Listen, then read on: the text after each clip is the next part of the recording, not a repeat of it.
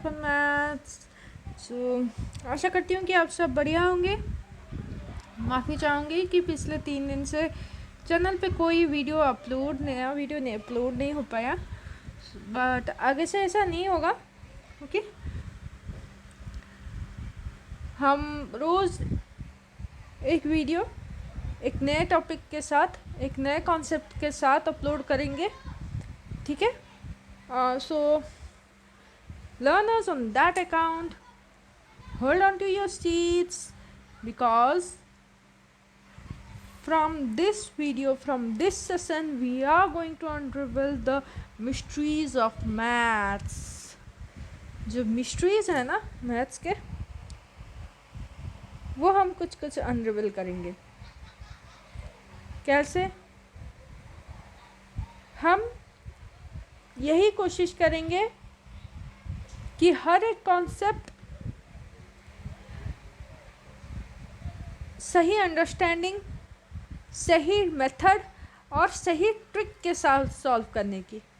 Okay, हम हर एक concept को सही से समझेंगे, हर एक कॉन्सेप्ट का प्रॉब्लम उसके सही मेथड, सही प्रोसेस और सही ट्रिक के साथ सॉल्व करेंगे। Clear? So excited, curious? Let's begin today's session. ठीक है, आज का सेशन शुरू करते हैं। और आज के सेशन में देखेंगे कि हम क्या क्या कवर करने वाले हैं। आज के सेशन में हम क्या क्या कवर करेंगे? आज के सेशन में हम कवर करेंगे, पहले तो हम रिकैप करेंगे, ठीक है। फिर दूसरा हम आपको याद होगा कि हम एक्सरसाइज 1.5 कर रहे थे। एक्सरसाइज 1.5 का फर्स्ट और सेकंड क्वेश्चन हमने सॉल्व किया था, ठीक है। आज हम बाकी का करेंगे, ठीक है। फर्स्ट और सेकंड में क्या क्वेश्चन था वो हम रिकैप के बाद देखेंगे एक्सरसाइज 1.5 का, ठीक है। और एक्सरसाइज 1.5 का जो हमारा बच गया है वो करेंगे, ठीक है। लेफ्ट ओवर वाला करेंगे। फिर तीसरा में हमारा रहेगा कंक्लूजन ऑफ द सेशन, ठीक है। और एक छोटा सा आइडिया दे दूंगी कि हम नेक्स्ट सेशन में हम क्या करेंगे, ताकि आपके एक्साइटमेंट लेवल का 100% रहे। मैं नहीं चाहती कि ये 90% को भी जाए, 90/100 हो। मैं ये चाहती हूँ कि 100/100 ही रहे। इसलिए एक छोटा सा आइडिया दे दूँगी, एक छोटा सा हिंट दे दूँगी कि हम नेक्स्ट वीडियो में क्या करेंगे, ठीक है। चलो, सबसे पहले तो रिकैप। अच्छा, जैसे आप लोग सब जानते हो कि हम क्लास 8 का सिलेबस कंप्लीट कर रहे हैं, ठीक है। क्लास 8 का मैथ सिलेबस कंप्लीट कर रहे हैं। ये कुछ ज़्यादा ही पीछे चली गई मैं शायद, आई थिंक। चलो कोई नहीं। क्लास 8 का मैथ का आर.डी. शर्मा का प्रॉब्लम्स हम देख रहे हैं। Class 8 math RD. शर्मा का डिस्टिंक्ट प्रॉब्लम्स देख रहे हैं हम, ठीक है। तो ये हो गया हमारा सबसे पहला हमारा वीडियो के बारे में, चैनल के बारे में, जो सबसे पहले हम कौन से मोटिव में हम ये चैनल शुरू किए थे, ठीक है। ये तो हो गया। अच्छा, क्लास 8 में मैथ बुक में हमारा सबसे पहला चैप्टर क्या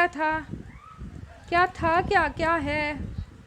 चैप्टर 1, चैप्टर 8 नहीं रे बाबा, चैप्टर 1 में है रैशनल नंबर्स, फ्रैक्शन का बड़ा भाई, रैशनल नंबर्स, ठीक ठीक है, हमारा है रैशनल नंबर्स। क्लियर? तो रैशनल नंबर्स क्या होते हैं? जो numbers p by Q form में हम एक्सप्रेस करते हैं, जहाँ पे q नॉट इक्वल टू 0 होता है और p और q क्या होता है? इंटीजर्स होते हैं। ये होता है रैशनल नंबर्स। ये हमने पिछले वीडियोस में देखा है, पिछले के ब्ला ब्ला ब्ला वीडियोस।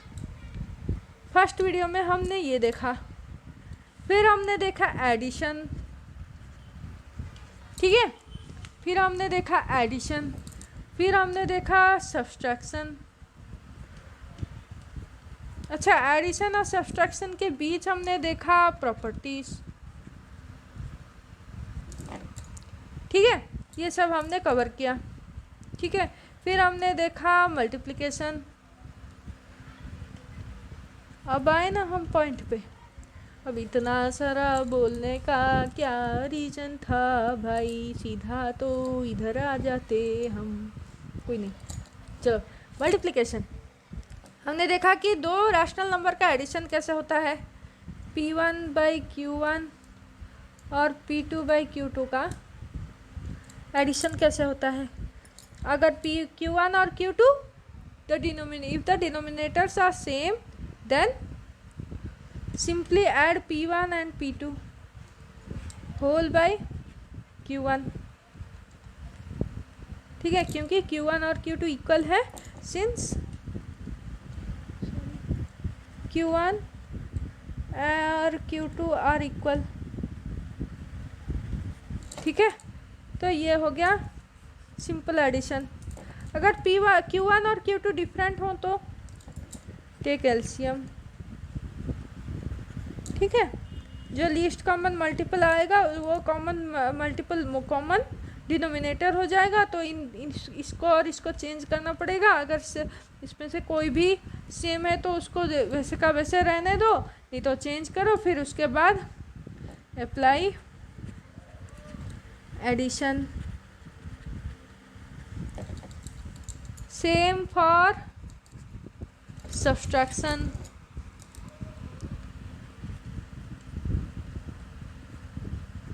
सेम फॉर सब्सट्रैक्शन का भी हमारा वही हाल है।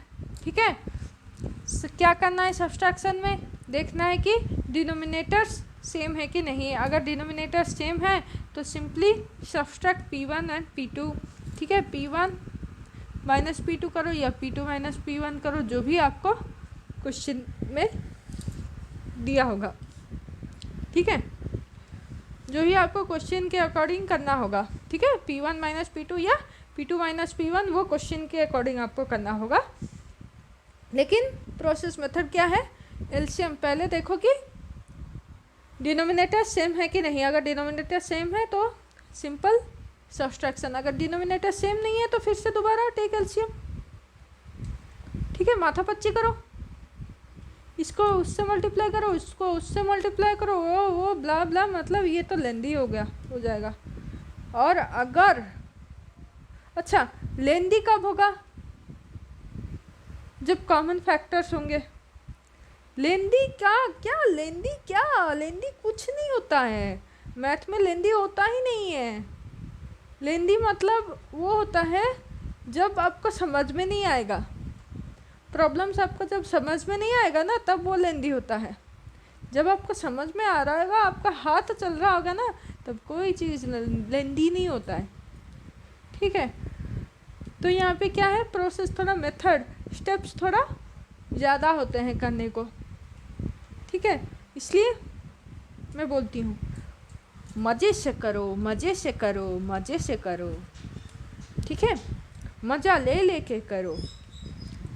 ऐसे इसका मतलब ये नहीं कि आप माज़ा बोतल पकड़ लो और माज़ा लेके करोगे, मैं वो नहीं बोल रही हूँ। इंजॉय करके करो, मैं वो बोल रही हूँ ऐसे। इसका ये मतलब नहीं मत निकाल लेना कि यहाँ पे गाना बज रहा होगा, आप डांस करते करते पढ़ रहे होगे। ऐसे तो आपके मम्मी पापा आपको, फिर आपकी क्या हालत होगी उसकी जिम्मेदारी मेरी नहीं बाबा, मुझको को माफ़ करो, मेरी नहीं। ठीक है, इंजॉय मैथमेटिक्स को करो, नंबर्स के साथ खेलो। ठीक है, स्टेप्स के स्टेप्स को फॉलो करो और नंबर के साथ खेलो। मेरा मतलब वही है। इसका मतलब ये नहीं कि आप मज़ा लेके करोगे या डांस करके करोगे। डांस करके भी करो, अगर आपके फैमिली में कोई दिक्कत नहीं है तो मेरे को क्या दिक्कत। चलो वो सब बाद में, ठीक है। अब थोड़ा उसको सिखाते हैं, अब थोड़ा सा सिंसियर होकर थोड़ा मैथ पे ध्यान देते हैं। ओके, तो ये तो आ गया हमारा पिछले वीडियोस का रिकैप, ठीक है। अच्छा, कहाँ आ गया मल्टीप्लिकेशन? हमने कहाँ सुना क्या, हमने कहाँ रिवीजन किया। हम थोड़ा रिवाइज कर लेंगे ना मल्टीप्लिकेशन को, तब तो आगे बढ़ पाएंगे, ठीक है।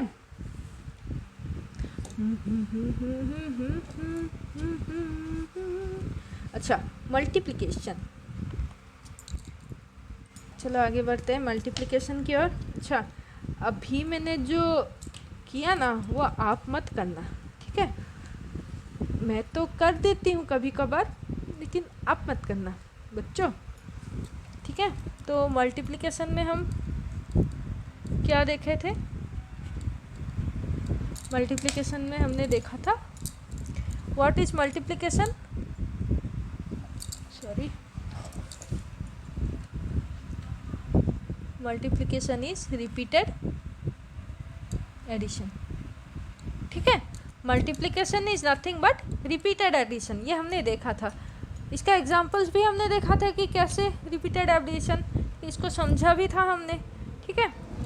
कैसे, जब आपको 5 को 5 बार ऐड करना होता है तो आप क्या करते हो? 5 + 5 + 5 + 5 + 5 करते हो, ठीक है। 1 2 3 4 5 क्या होता है? 5 + 5 10, 5 + 5 10 + 5, ये 10 + 10 + 5, ये क्या 10 + 10 हो गया 20 + 5, ये आ गया आपका 25। इसके बदले आप क्या करो ना, अगर क्वेश्चन में दिया होगा कि 5 को 5 टाइम्स ऐड करो, 5 को 5 टाइम्स ऐड करो, मतलब आप सिंपली कर दो 5 को 5 से मल्टीप्लाई कर दो, क्या आ जाएगा आपका आंसर? 25, ठीक है। अच्छा, अब देखो ये आ गया आपका 25, ये भी आ गया आपका 25, आपका आंसर इक्वल आया कि नहीं? इक्वल आया, ठीक है। मतलब अगर आप रिपीटेड एडिशन करते हो या सीधा उस दोनों को जो भी जितने बार आपको एडिशन करना है उससे मल्टीप्लाई कर देते हो ओरिजिनल नंबर को, इन दोनों का मतलब आपका क्या होता है? सेम है, ठीक है। मीनिंग इज सेम, ठीक है। तब आप क्या कर सकते हो कि सीधा मल्टीप्लिकेशन कर सकते हो, ठीक है। जब आपको रिपीटेड एडिशन दिया होगा कि इसको मतलब किसी भी नंबर को लेट्स से 7 को आपको 37 टाइम्स ऐड करना है। 37 टाइम्स अगर आपको ऐड करना है मतलब सिंपली आप 7 को 37 से मल्टीप्लाई कर दो। 7 7 = 49, 4 होल्ड हो गया, 7 3 = 21 + 4 259। आपका सिंपल आंसर कुछ फ्यू सेकेंड्स में आपका आंसर मिल जाएगा। अगर आप इसको एडिशन में करते, मतलब जैसे दिया है 7 को 37 टाइम्स ऐड करो करके बोला होगा, तो अगर आप ऐसे करोगे 7 + 7 + सॉरी दिस इज +7 + 7 + 7 + मतलब ऐसे 7 + 7 37 टाइम्स लिखो, ठीक है। ये तो बाप रे कितना लंबा होगा।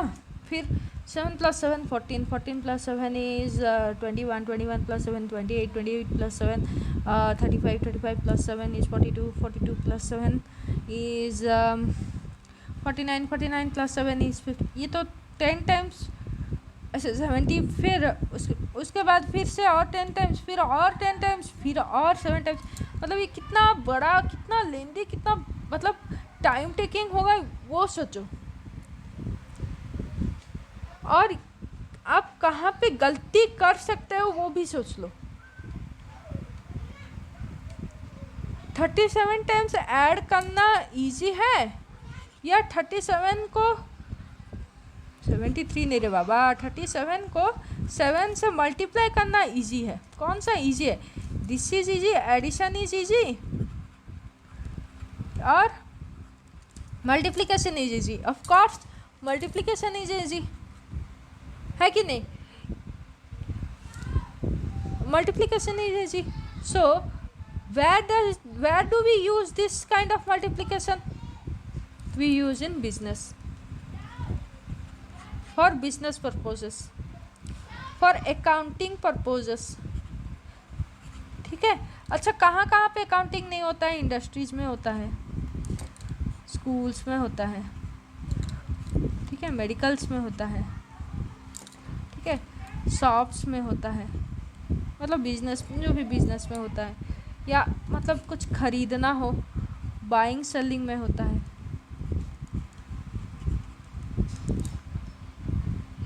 कहाँ कहाँ पे यूज़ नहीं होता है? फिजिक्स में भी होता है, फिजिक्स में नहीं होता है। अकाउंटिंग कहाँ फिजिक्स को रिलेट कर रहे हो, ठीक है। तो कहाँ कहाँ पे यूज़ नहीं होता है? सारी जगह पे यूज़ होता है, ठीक है।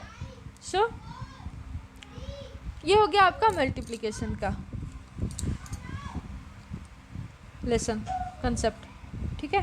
लेसन तो नहीं बोलेंगे, कंसेप्ट, ठीक है।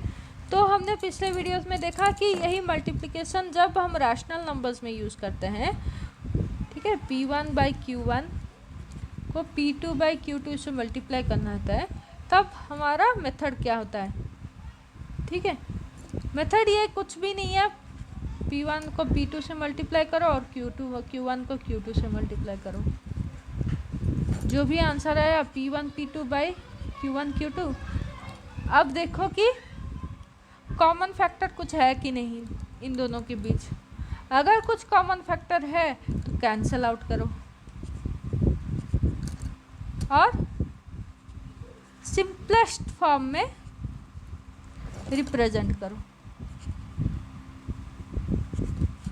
क्लियर? यही है हमारा मल्टीप्लिकेशन ऑफ रैशनल नंबर्स का कॉन्सेप्ट, ठीक है। Multiply the numerators by numerators and the denominators by denominators. Find if there exist any kind of common factors. If there exist any kind of common factors, cancel out and then represent in the simplest form. This is the whole concept of multiplication of rational numbers. Clear? हमने पिछले videos में rational numbers का exercise 1.5 का first और second question देख लिया था, done. आज देखेंगे 3 और 4, ठीक है। इतना रिकैप करना ज़रूरी था लर्नर्स, क्योंकि गैप हो गया था हमारा, पिछले वीडियो और आज के वीडियो के बीच हमारा गैप हो गया था। तो उस फीलिंग को लाने के लिए कि हम कैसे सॉल्व कर रहे थे, हम किस एक्साइटमेंट लेवल पे सॉल्व कर रहे थे मैथमेटिक्स को, उसके कॉन्सेप्ट्स को कैसे हम समझ रहे थे, वो फीलिंग लाने के लिए ये ज़रूरी था कि मैं आपको सारा कुछ दोबारा बोलूं, ठीक है, सारा कुछ दोबारा आपको रिमाइंड करूं कि हम क्या क्या पढ़ रहे हैं, क्या क्या हमने कवर ऑलरेडी कर लिया है और क्या क्या हम कवर करेंगे, ठीक है। अभी तो कर लिया है, उस बारे में बोला है, जो कवर करेंगे वो आपको एंड में बोलेंगे। जो आगे का हमारा सेशन होगा वो इससे भी ज़्यादा इंटरेस्टिंग होगा, इसलिए लास्ट तक बने रहिए ताकि उसका एक छोटा सा हिंट आपको मिल सके, ठीक है। तो चलिए आगे बढ़ते हैं एक्सरसाइज 1.5 की तरफ। 1.5, okay. So let's start exercise 1.5 simplification. हमारा पहला क्वेश्चन है, सॉरी थर्ड क्वेश्चन, पहला तो नहीं है, थर्ड है ये, पहला थर्ड, सॉरी थर्ड ही थर्ड क्वेश्चन है हमारा। थर्ड क्वेश्चन का पहला सवाल, थर्ड क्वेश्चन का पहला सवाल, मैं गलत नहीं थी, थर्ड क्वेश्चन का पहला सवाल है 25/8 इंटू 2/5 माइनस 3/5 इंटू माइनस 10/6। ठीक है, ये हमारा क्वेश्चन है। अच्छा, हम सभी जानते हैं बॉडमास रूल। अकॉर्डिंग टू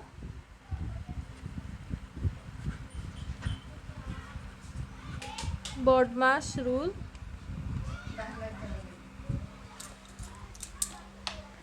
क्या अकॉर्डिंग टू बॉडमास रूल पहले हमें ब्रैकेट सॉल्व करना होता है। बी फॉर क्या होता है, B for bracket, O for of, D for division, M for multiplication, A for addition, S for subtraction. ठीक है, ये होता है हमारा according to BODMAS rule. Let's solve this, then this, then this, that 25 into 5। अच्छा, अब देखो 25 और 5 इन दोनों में कॉमन फैक्टर क्या है, 5 कैंसिल आउट करता है। ठीक है, 25 इंटू 2/8 इंटू 5, इसको इससे कैंसिल आउट करो, 5 रहेगा। ठीक है, बिकॉज 25 डिवाइडेड बाई 5 इज़ 5। अब इन दोनों में क्या कॉमन फैक्टर है, 2 है, कैंसिल आउट करो। ठीक है, 2 divided by 2 is 1, 2 divided by 8 is, sorry 8 divided by 2 is 4। ठीक है, माइनस, इसको ब्रैकेट में रखो। ठीक है, अब एक और bracket, 3 into minus 10/5 into 6। Minus 10 और 5 में 5 इज़ अ कॉमन फैक्टर। ठीक है, 3 और 6 में 3 इज़ अ कॉमन फैक्टर। ठीक है, 2 और 2 में 2 is a common factor again. हुआ कि नहीं, क्लियर? ठीक है, तो 5 इंटू 1/4 इंटू 1 होगा ये, माइनस, सॉरी ये क्या, 1 इंटू माइनस 1/1 इंटू 1 होगा ये। ठीक है, तो क्या होगा, ये सिंपलेस्ट फॉर्म में है। अगर 2 माइनस 2/2 रखोगे तब भी कोई दिक्कत नहीं है। ठीक है, 5 into 1 is 5 and 4 into 1 is 4, minus 1 into minus 1 is minus 1, 1 into 1 is 1। ठीक है, अब इनका सब्सट्रैक्शन कर दो, क्योंकि हमारा ऑपरेशन यहाँ पे क्या है, सब्सट्रैक्शन। सो इन दोनों का क्या, डिनोमिनेटर सबसे पहले देखना है कि सेम है कि नहीं। No, denominators are different, denominators are different. So taking LCM, 4 और 1 का एलसीएम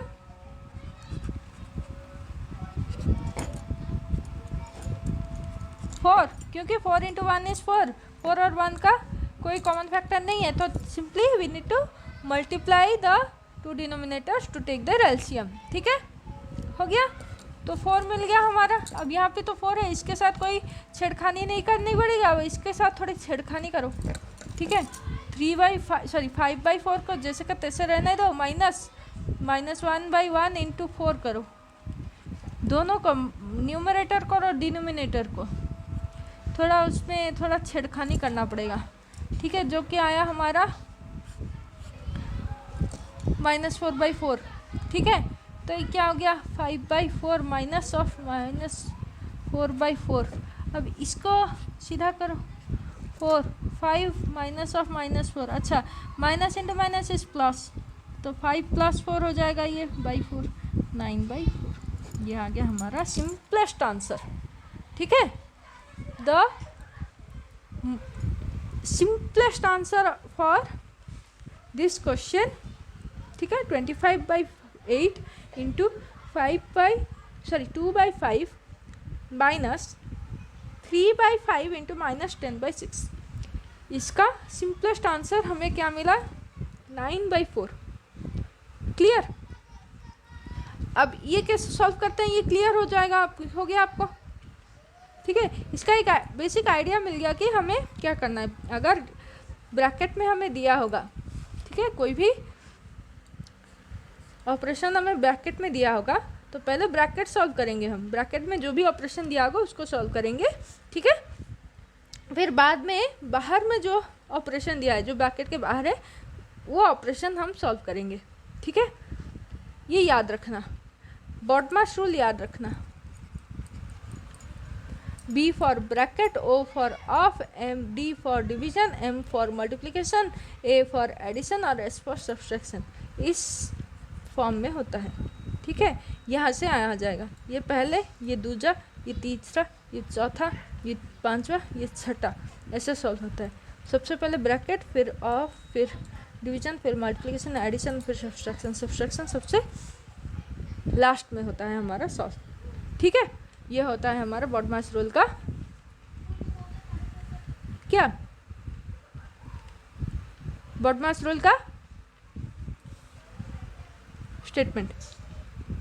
ठीक है, कि हम कैसे सॉल्व करते हैं एक पर्टिकुलर सिंप्लीफिकेशन प्रॉब्लम को। क्लियर? अब चलो आगे बढ़ते हैं। सेकंड क्वेश्चन, ये तो हमें आइडिया मिल गया कि हमने कैसे किया। ठीक है, अब जो क्वेश्चन करेंगे ना हम सेकंड में, वो हमें एक क्लियर आइडिया दे देगा। ये तो आइडिया मतलब एक मिल गया, एक हिंट मिल गया कि हम कैसे सॉल्व करते हैं। पहला क्वेश्चन क्या होता है, जब हम एक कॉन्सेप्ट के पहले क्वेश्चन को सॉल्व करते हैं तब हमें एक हिंट मिल जाता है, एक आइडिया मिलता है। ठीक है, आइडिया मिलता है। जब हम दूसरे क्वेश्चन को सॉल्व करते हैं तब वो क्लियर हो जाता है, वो जो आइडिया हमें मिला होता है वो क्लियर हो जाता है। अब जब उसके ऊपर और क्वेश्चंस करते हैं ना तब हैंड फ्री होता है, हैंड फ्री हो जाता है। ये होता है प्रोसेस मैथ प्रॉब्लम सॉल्व करने का, जो मैं खुद एक्सपीरियंस करती हूँ। ठीक है, चलो एक क्लियर आइडिया के लिए हम दूसरे क्वेश्चन की ओर बढ़ते हैं। प्रैक्टिस तो हैंड फ्री तो आपको करने हैं, प्रॉब्लम सॉल्व प्रैक्टिस आपको करना है। ठीक है, ताकि आपका हैंड फ्री हो, क्योंकि मुझे एग्ज़ाम नहीं देना है, आपको एग्ज़ाम देना है क्लास 8 का। 3 घंटे में आपको 90 मार्क्स या 100 मार्क्स का एग्ज़ाम देना पड़ेगा 3 घंटे में। उसमें आपका 1 मार्क का क्वेश्चन होगा, 2 मार्क क्वेश्चन होगा, 3 मार्क्स क्वेश्चन होगा, आपका 5 लॉन्ग क्वेश्चन 7 मार्क्स का हो सकता है, 8 मार्क्स का हो सकता है, 10 मार्क्स का हो सकता है। अगर 10 मार्क्स का होगा तो कितना बड़ा होगा, कितना आपको स्टेप्स करने होंगे, ये आप खुद सोच लो। 10 मार्क्स के अकॉर्डिंग अगर आपको एक क्वेश्चन सॉल्व करना है जो कि कैरी करता है आपका 10 मार्क्स, तो उसके लिए आपको कितने स्टेप्स सॉल्व करने हैं CBSE पैटर्न के अनुसार आपको 10 स्टेप्स करने पड़ेंगे, 10 स्टेप्स, क्योंकि हर एक स्टेप में आपका each step contains 1 mark according to CBSE pattern. ठीक है, सो इसके लिए आपको हैंड फ्री करना पड़ेगा। कैसे होगा? प्रैक्टिस करने से। क्लियर? अब चलिए आगे बढ़ते हैं क्लियरिटी आइडिया के लिए। सो हमारा नेक्स्ट क्वेश्चन है -5/1 × 2/15 माइनस ब्रैकेट में -6 × 2/9।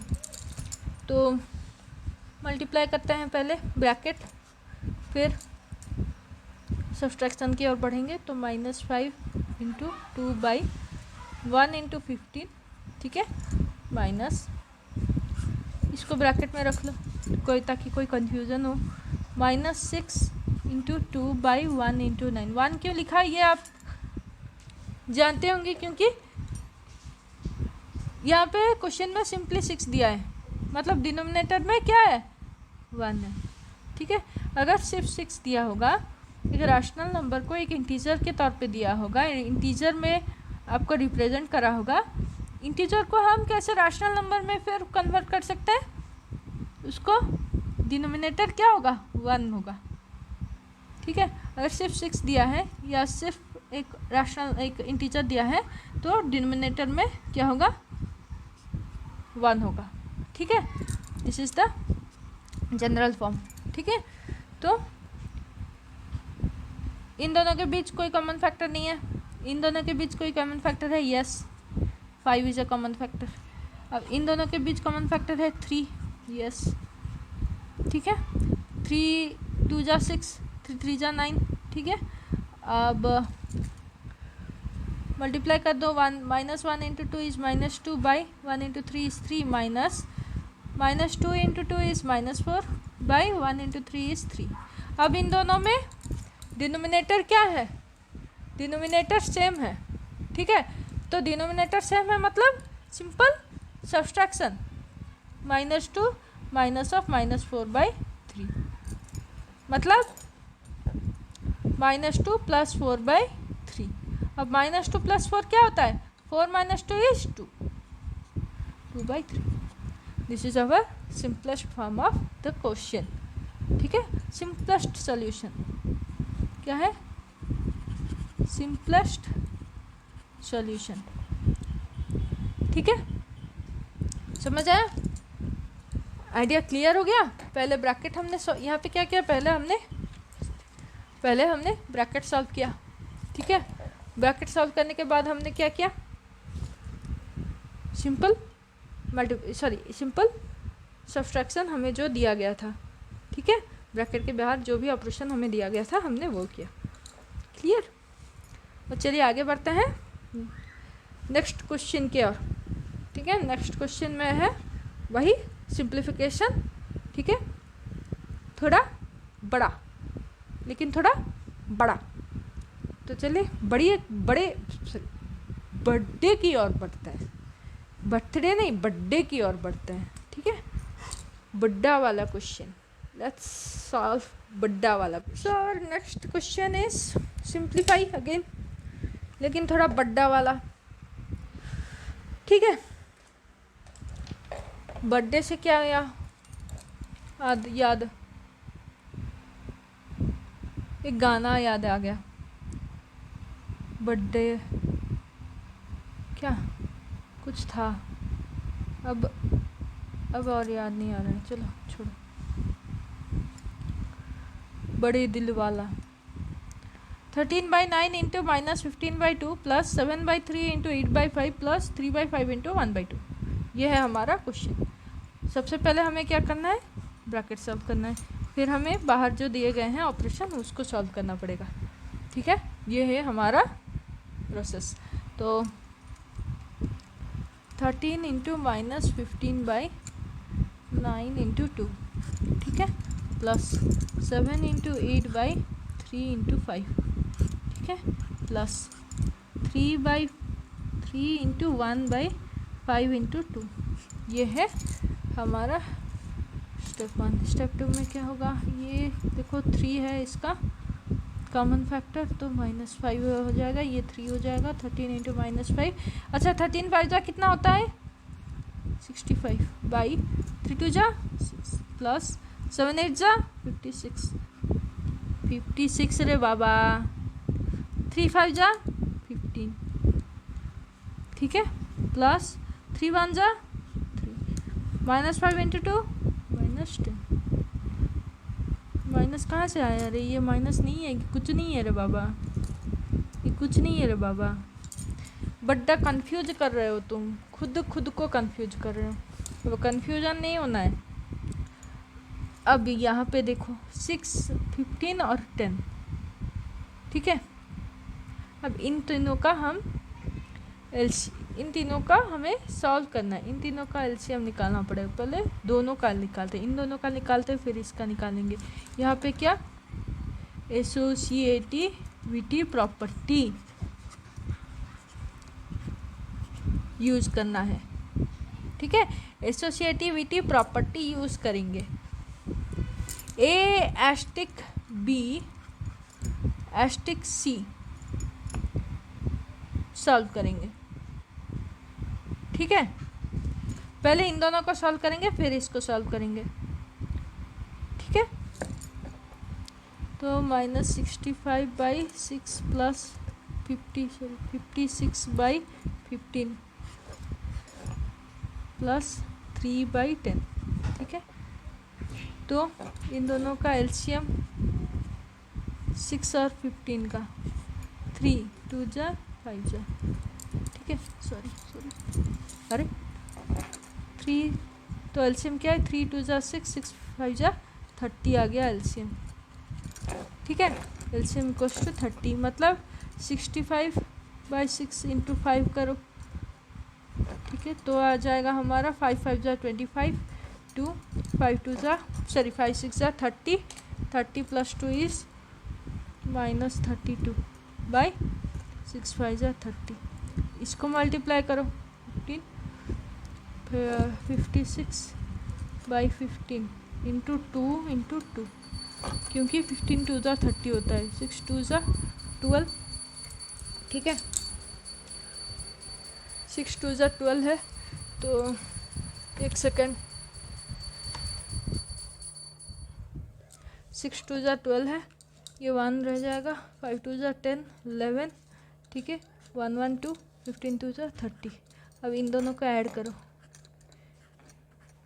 ठीक है, तो क्या आ जाएगा -325/30, ठीक है, प्लस 112/30, ठीक है, तो ये क्या हो जाएगा हमारा, ये plus into minus is minus, तो 325 से 112 माइनस कर दो, फिर क्योंकि subtraction sign is in front of the largest number, so subtraction symbol will be there here, so क्या हो जाएगा, 5 - 2 हो जाएगा 3, 2 - 1 इज 1, 3 - 1 इज 2, ठीक है, बाई 30। ये जो भी आंसर आया इसको फिर ऐड करना है इससे, ठीक है, 213/30 माइनस प्लस 3/10, ठीक है, ये हमारा आंसर आ गया। जस्ट अ सेकेंड,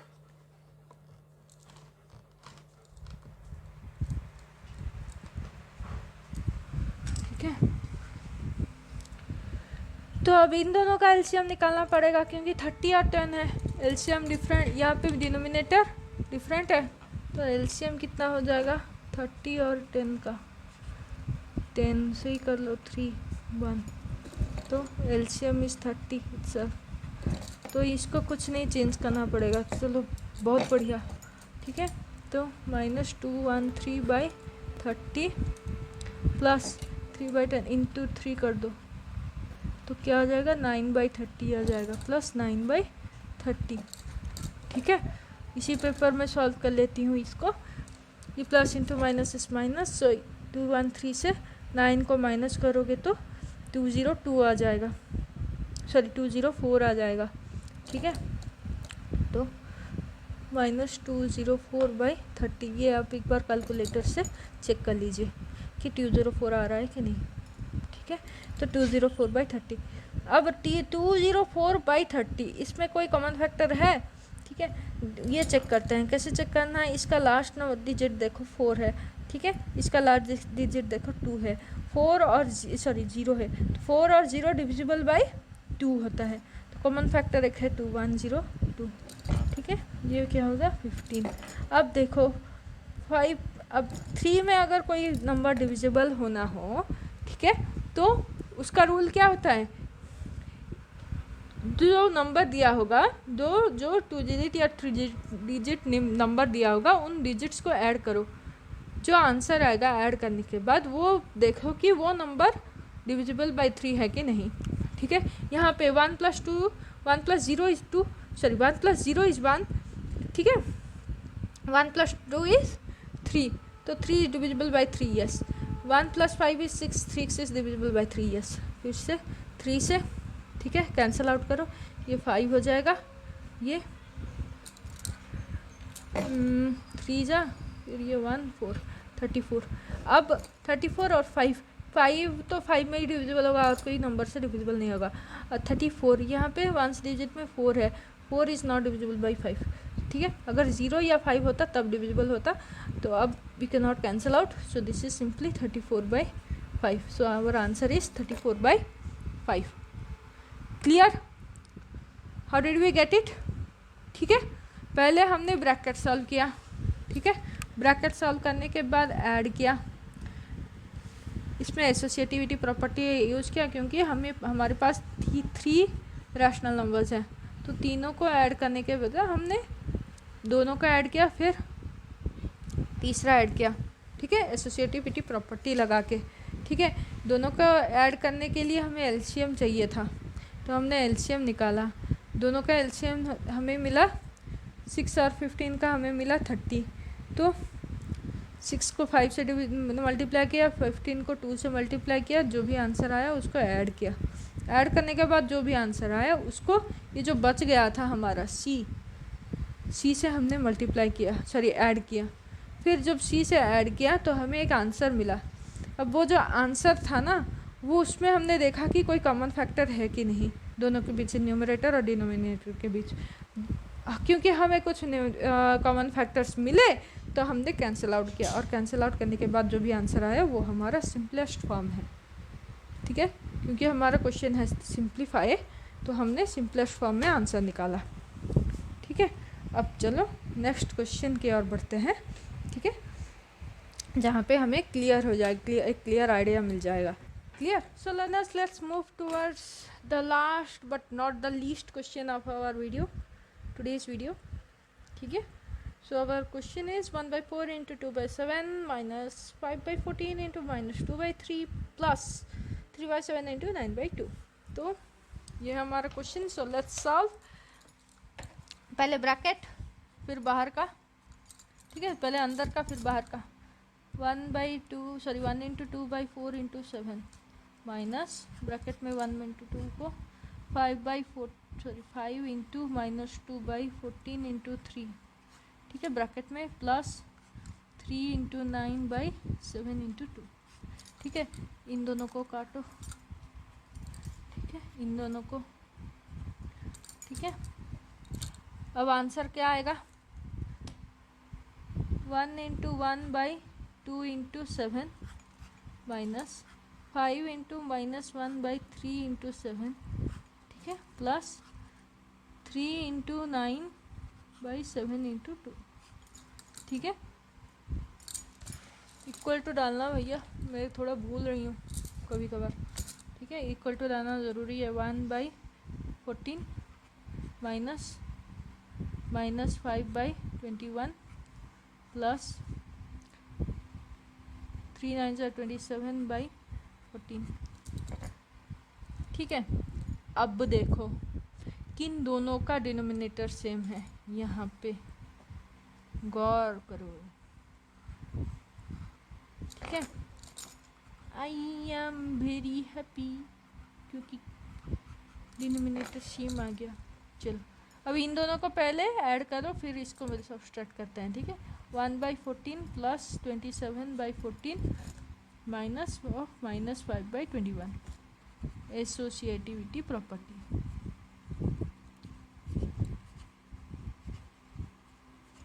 ठीक है, एसोसिएटिविटी प्रॉपर्टी।